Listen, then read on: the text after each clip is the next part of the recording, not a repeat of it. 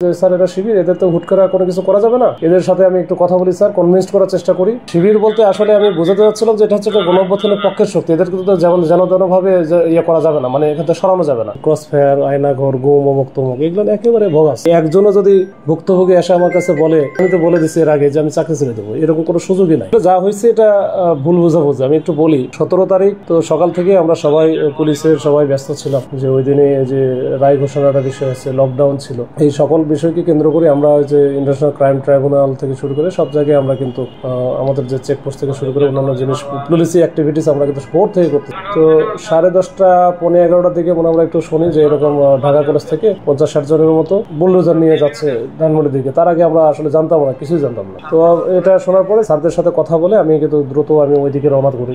ধানমন্ডি 32-এর যে পূর্ব প্রান্ত, যেটা যে মিরপুর রোডের সাথে, যেটা ওইখানে ব্লক দেওয়া ছিল। আমি গিয়ে দেখি যে ওইখানে অনেক লোকজন ছিল। তো ওদের যারা নেতৃত্বে ছিল, এদের কয়েকজনের সাথে আমাদের এমনি পুরো পরিচিত অনেককে আমি চিনি। ওদের সাথে কথা বললাম। তখন তো আমাদের ফোর্স ওখানে খুব কম ছিল, 10-12 জন ছিল। তো ওদেরকে বোঝানোর চেষ্টা করলাম যে দেখো ভাই, এটা তো আমরা আসছি এখানে আজকে বিশেষ একটা দিন, আর এইখানে তো এটা তো রাষ্ট্রীয় সিদ্ধান্ত, তোমরা এখানে যাওয়া ঠিক হবে না, তোমরা এটা মেনে নিয়ে স্লোগান দিয়ে তোমরা চলে যাও।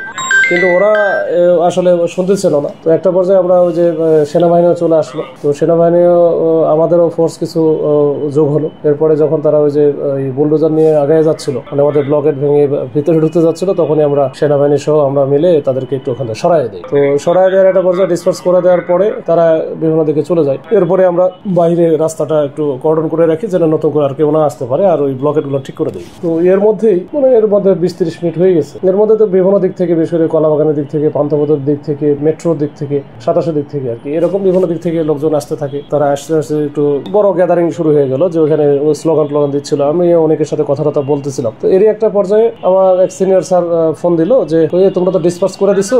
তো ডিসপার্স করার পরে আবার হচ্ছে এখন আবার এত লোকজন কই থেকে আসলো, এরা কারা, এখানে কি ওই যে ছাত্রলীগ বা যেটা যে নিষিদ্ধ ঘোষিত সংগঠনের কোনো সদস্য আছে নাকি, তাহলে তো ডিসপার্স করে দাও। তো ডিসপার্স করে দাও এই কথা শোনার পরে আমি বললাম, স্যার এরা তো হচ্ছে শিবির, একবারে ইনফরমালি। তো শিবির, আমি বোঝাতে চাচ্ছিলাম যে শিবিরের পরে কিন্তু কথাও বলছি যে স্যার এটা শিবির, এদের তো হুট করে কোনো কিছু করা যাবে না, এদের সাথে আমি একটু কথা বলি স্যার, কনভিন্স করার চেষ্টা করি।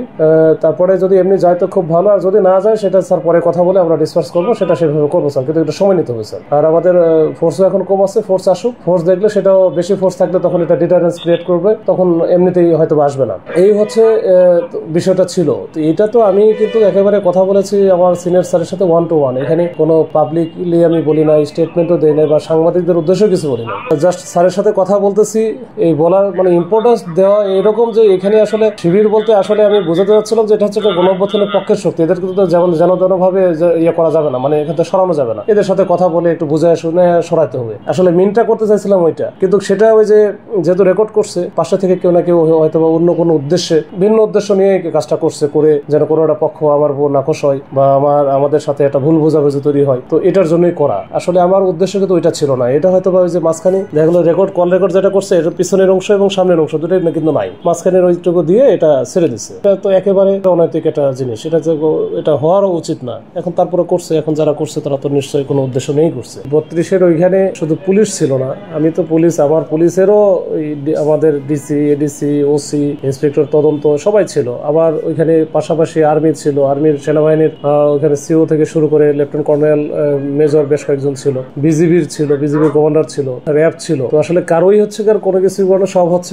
আমার উপরে ওই যে বিষয়টা দাঁড় করা হয়েছে যে তখন ডিসি মাসুদ ছাড়া মনে হচ্ছে আর কিছুই নাই। আসলে বিষয়টা এরকম না, কিন্তু যেটাই হচ্ছে সেটাই আমার উপরে আসতেছে। তো এটা হচ্ছে পরিকল্পিত ভাবে আমার মনে হয় এটা পুলিশকে একটু দুর্বল করার, ডিমোরালাইজড করার একটা হচ্ছে নতুন করে একটা ফর্মুলা, এটা হতে পারে। চেষ্টা করেছি যে যেটাই করি আমরা মানে রাষ্ট্রীয় সিদ্ধান্তটা যেন অটল রেখে মিনিমাম বল প্রয়োগ বা মিনিমাম ইউজ অফ ফোর্স করে আমরা যেন তাদেরকে ডিসপার্স করতে পারি, তারা যেন সরে যায়। আমরা দেখছেন যে সেই 5 আগস্ট থেকে শুরু করে এখন পর্যন্ত পুলিশিং এর যে বিষয়গুলো, যেটা ইউজ অফ ফোর্স এর বা ফায়ার আর্মস এর যে ইয়েটা আমরা করিই নাই। আমরা একেবারে ওই যে টিয়ার শেল, সাউন্ড গ্রেনেড এবং বড় জোর জল কামান, এই তিনটার মধ্যেই আছে, যেগুলো হচ্ছে ক্রাউড কন্ট্রোলের জন্য। এই তিনটা আমরা সাধারণত কাজে লাগাই। এর বাইরে যে শর্ট গান গুলি করা, অমক গুলি করা, চাইনিজ রাইফেল ব্যবহার করা, এগুলো তো কোনোদিন আমরা এখন পর্যন্ত ব্যবহার করি নাই। তো এই সব মানে সবকিছু করতে গিয়ে আমরাও কিন্তু অনেক অ্যাসল্টের শিকার হয়েছি, ফিজিক্যালি অ্যাসল্ট হয়েছে, আমাদের ফোর্স অনেক হচ্ছে মার খাইছে, অনেকের মাথা টাথা কেটে গেছে বহুবার, অনেকে গুরুতর আহত হয়েছে। আমার বেশ কয়েকবার আমার হাত ভেঙে গেল, এখনো হাতে লাগাই যে এখানে ফুলা আছে এখনো, তারপরে হাতে আঙ্গুলে কেউ গতকালকে এই পরশুদিনও যেটা হলো ওই সময় একজনকে জুলাই যুদ্ধ একজন যে গেছিল আমাদের পোলা বানিয়ে হয়তো ভুল বুঝে মারতে গেছে, তখন আমি ওকে সেভ করতে গেছি, এই সেভ করতে গিয়ে কিন্তু আমার হাতে লাগলো। আমরা ধরে নিছি যে 5 আগস্টের পরে একটা টাফ সিচুয়েশন, এটাকে আমরা ওভারকাম করতে হবে, না হলে তো দেশের আইন শৃঙ্খলা পরিস্থিতি উন্নয়ন যে আমাদের অবদানটা বা আমরা যে উন্নয়ন করতে পারবো এটার জন্য আমাদের প্রচেষ্টাগুলো ছিল সবসময়। আমাদের সামনের পিছনের আগে কি করছি সেটাও দেখুক ভালো করে, যে আমাদের যে বিষয়গুলো ট্যাগিং দেওয়া হচ্ছে এগুলো একেবারে সো আনফরচুনেট। এটা ওই যে ঝিনাইদের একটা বিষয় নিয়ে আসছে, পাবনাতে আমি চাকরি করছি, ওইখানে ওই ক্রস ফায়ার, গুম, আয়নাঘর এগুলোর সাথে কখনো কোনোদিনও ন্যূনতম সংশ্লিষ্টতা আমাদের ছিল না। মনের রাগে বা ক্ষোভে আমি একজনকে বললাম যে একজন দেখলাম যে কে যেন কোন পেজ থেকে সরাইতেছে, শিবিরের নাকি যায় না, তো ক্রস ফায়ার, আয়নাঘর, গুম, অমুক তমুক এগুলো একেবারে ভগাস। এগুলো যদি একজনও যদি ভুক্তভোগী এসে আমার কাছে বলে, বাবার কাছে কেন, যে আপনাদের কাছেও যদি বলে, তাহলে আমি তো বলে দিচ্ছি এর আগে যে আমি চাকরি ছেড়ে দেবো, এরকম কোনো সুযোগই নাই, কোনো এরকম কখনো কোনো ওই ইতিহাসই আমার নাই। তর্কের খাতিরেও যদি আমরা কাজ করতে গেলে আমরা অনেক সময় ভুল হয়, পুলিশ, আমরা খালি পুলিশ না, যে কোনো মানুষের ভুল হতে পারে, আমারও ভুল হয়, আমারও কথা বলতে গিয়ে অনেক ধরনের স্লিপ অফ টাং হয় বা অনেক সময় বেশি কথা হয়ে যায়, যে কথা বলা দরকার সে কথা বের হয়ে যায়। এই বিষয়গুলো একটু ক্ষমা সুন্দর দৃষ্টিতে দেখা উচিত।